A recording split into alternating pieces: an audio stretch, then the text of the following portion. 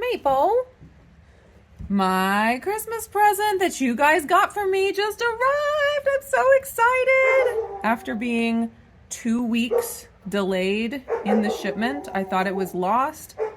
Totally surprised me just now on my porch. I am so excited. So here's the deal.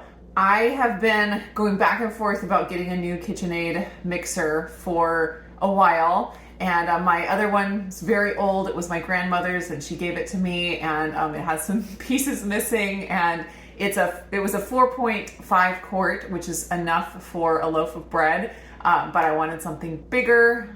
I don't know if you've noticed, but I make a fair amount of egg white bread around here, so I've been using it way more than I've ever used a mixer in my entire life, even when I baked regular baked goods. So back in the fall, I started thinking about getting another mixer and going back and forth. I almost got one when Costco had them on sale, like for Black Friday-ish time, but I didn't. And then afterwards, I was like, oh man, I should have gotten one then. It was such a good deal. And I went back and forth and back and forth.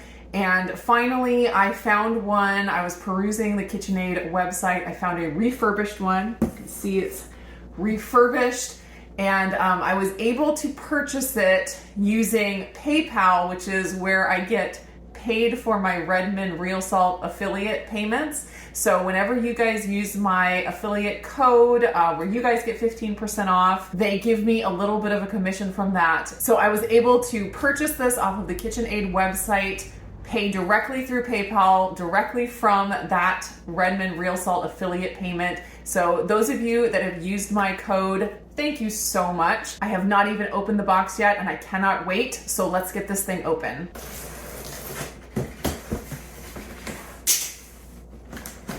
Oh my goodness, I see it. It's so beautiful.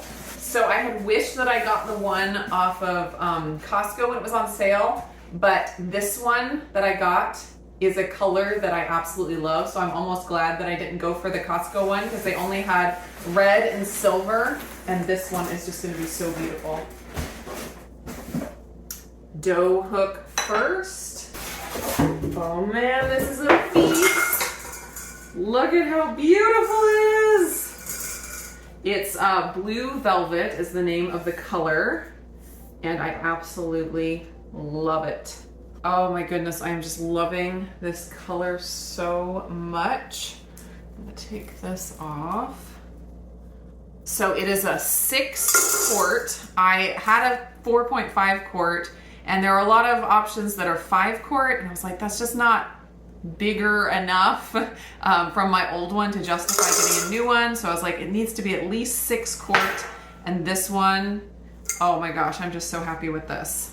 Little flap up there makes it so easy to put on attachments. That's so cool. And my other one was a tilt head mixer. This one is a lift mixer. Ooh, see that? So fancy. Fits on like that, and then pops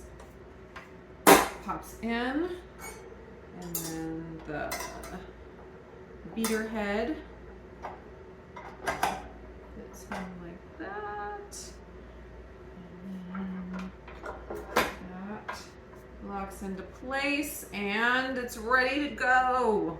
Of course, it also comes with the regular mixing head, which I find I almost never use. The dough hook, I also almost never use this, but Talia has gotten into making pizza dough recently, so she's actually been using it, so that will come in handy. So anyways, I am going to get all the pieces clean. Then I'm going to plug it in and put it in its place on the counter. It will replace my old mixer back here that has served me so faithfully. And I am going to take it for a test run, making some buns and a loaf of bread. I'm going to attempt to do a double batch. I don't know if the 6 quart is big enough to make a double batch, but I'm hoping, and I was excited to try. So before the new mixer comes and takes this one's place, I wanted to tell you a quick story about it.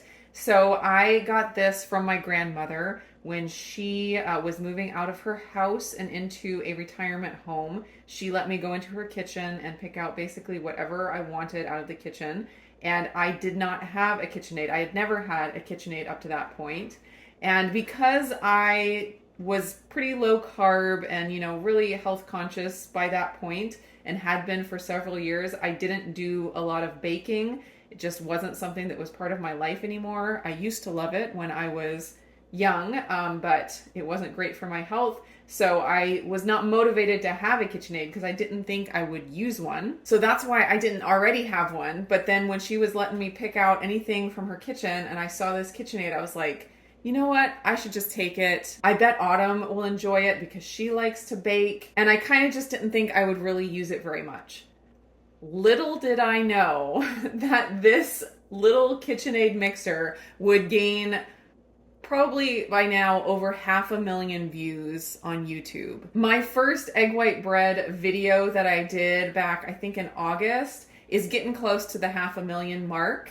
And then I have, you know, since then, so many more videos where I have used this mixer and shown this mixer that I think I'm probably well over the 500,000 view mark. So even though I did not expect it, this little KitchenAid mixer has been a huge, huge blessing to me. And I think of my grandmother every time I look at it. She has since passed away, and so it's a great reminder of her. And actually, I'm going to be passing this on to my brother, so it will stay in the family, which is important. This mixer will see a lot more use before it is done. But it is very old, and you can see the switch here, the little knob on it has come off, so it's kind of annoying to pull and turn on and switch the speeds. Also, one of the feet came off down here, so I always ball up a piece of paper towel and put it under there so it doesn't wobble while it's mixing. So it's got all these little issues, but that just gives it character, and I'm glad that it will stay in the family and there will still be plenty of use gotten out of it. Now for the moment we've all been waiting for.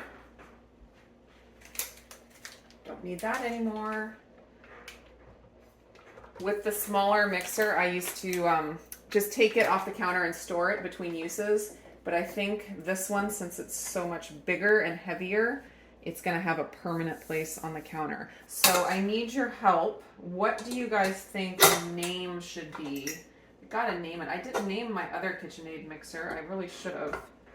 But I feel like it just needs a name. I love that it's blue. I know it's not indigo blue, but the fact that it's blue, I just think it fits with my channel and with my name and all that. Well, there it is. I think I'm ready to get baking. The recipe I'm going to be doing is a little bit of an experiment. It's basically the same base recipe as the olive rosemary rolls that I made in a video just a few days ago. I'm just going to be making them plain, so omitting the olives, omitting the rosemary, and omitting the garlic powder. I'm going to attempt to do a double batch and make half of the batch as rolls and half of the batch in a loaf. In that video, I said I thought the texture of those rolls would not work as a loaf because they're it's a little more moist and doughy. But I was thinking that without the olives, maybe it wouldn't be so bad. So it's an experiment. I won't know until I try. So I decided to give it a try, make a loaf, but then I'll also have the batch of rolls that I'm pretty certain will turn out really well. So I'm going to be using my butter bun base. And I made this without arrowroot because I wanted to be able to adjust the amount of arrowroot per recipe because I use different amounts in different recipes. So I will be adding the 2 tablespoons of arrowroot since I'm doubling the recipe. And I will be using the Keto Super Powder, the extra virgin olive oil plus acacia fiber or gum arabic. And that will be added at the end. First thing I'm going to do is add my 2 teaspoons of honey to the bowl. 2.5 cups of water that's warm. Giving that a good mix.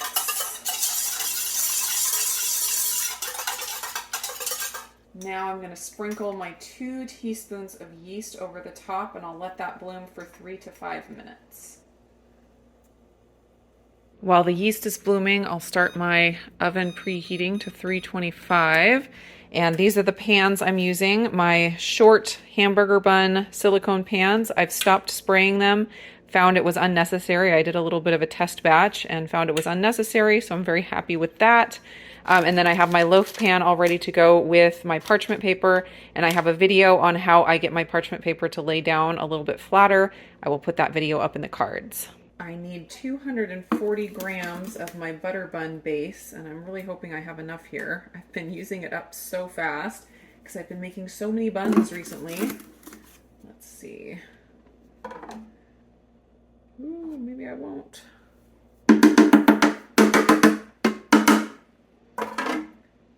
218. I'm just gonna use my regular egg white bread mix to make up the last 22 grams. That tiny amount shouldn't make too much of a difference, but of course, this is not gonna be a scientifically accurate experiment anymore. Oh well. Now for the 2 tablespoons of arrowroot starch, arrowroot powder, arrowroot flour. They're all the same thing. 2 tablespoons comes out to 16 grams. All right, I'm excited to see how this whips up. Hopefully it won't overflow for me.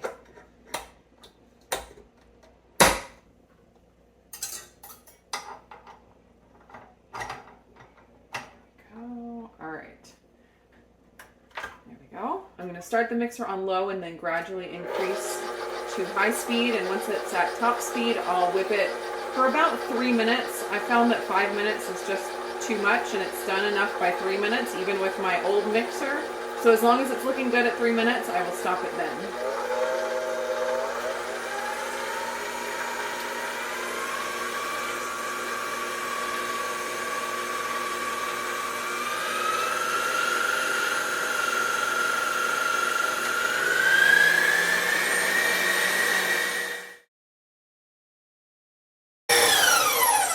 It didn't overflow. I'm so happy. All right, I am going to add in my olive oil super powder. Since I'm doing a double batch, I need to get in 3/4 of a cup, which is 72 grams.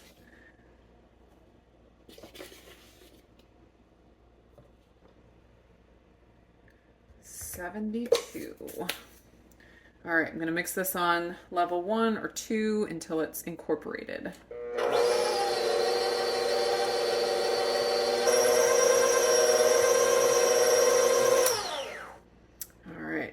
Just about tried to lift the head because that's what I'm used to. Take this off first. Gotta get used to this.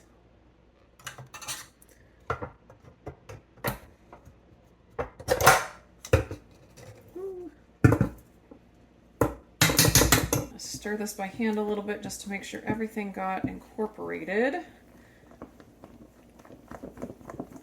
I'm so happy that a double batch worked in here. When you don't use the fresh egg whites, it doesn't seem to expand quite as much. The original recipe with fresh egg whites, it just overflowed the bowl so much that I could hardly make one batch in my old mixer. But then once I switched to the only egg white powder version and no fresh egg whites, it mixes up a lot cleaner. There's not as much of a mess because it doesn't expand quite as much. I'm going to get 8 buns going here and then get my loaf nice and pretty. My oven is preheated and so that's ready to go. I wanted to make these hamburger buns, so I have some sesame seeds I was going to sprinkle on top. I thought those would look nice.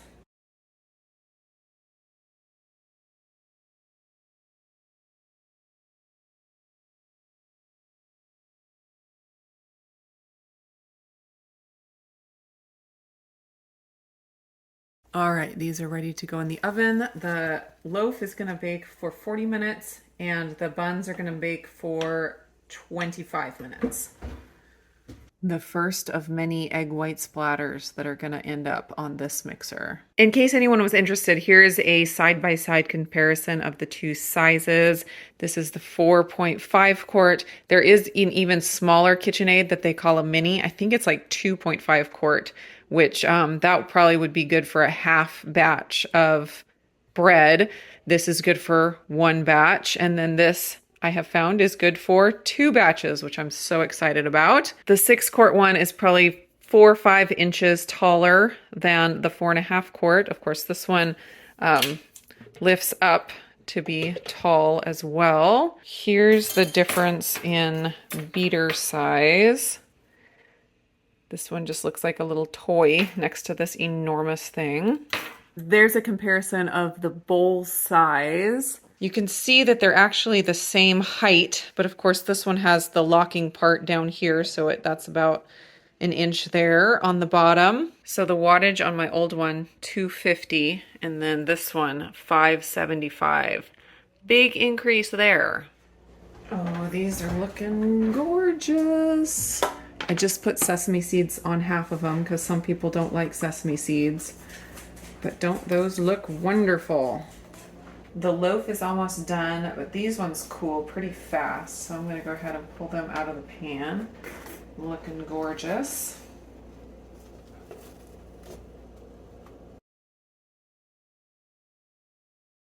There's the loaf. You'll notice it's a little bit lighter than other loaves because it has half the allulose. I use less allulose in the butter bun recipe than in the regular recipe. So got a nice light crust. Got a little bit of a funky shaped loaf. It cracked a little bit and the sides sunk in a little bit. Not my favorite, but hopefully it'll still taste good.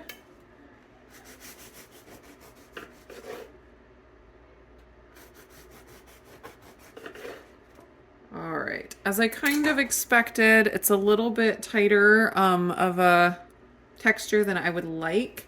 I still think I'll probably keep this recipe only for buns because it works incredible for buns. I just think that much of inside with that little of crust, it's not a good ratio. So probably not going to be my go-to recipe for a loaf, but the taste is really good. And it definitely does melt in your mouth, you know, same as the buns.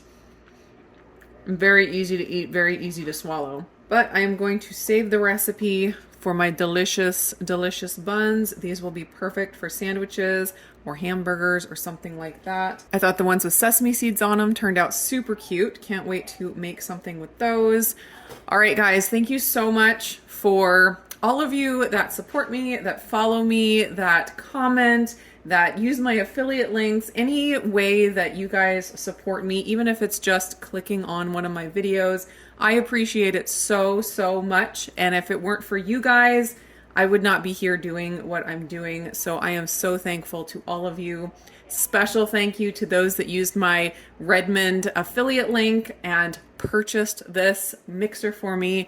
I am in love so far, and I know that you guys will be seeing this mixer in use in lots more videos to come. Thanks so much for hanging out in the kitchen with me today, and I will see you again in another video.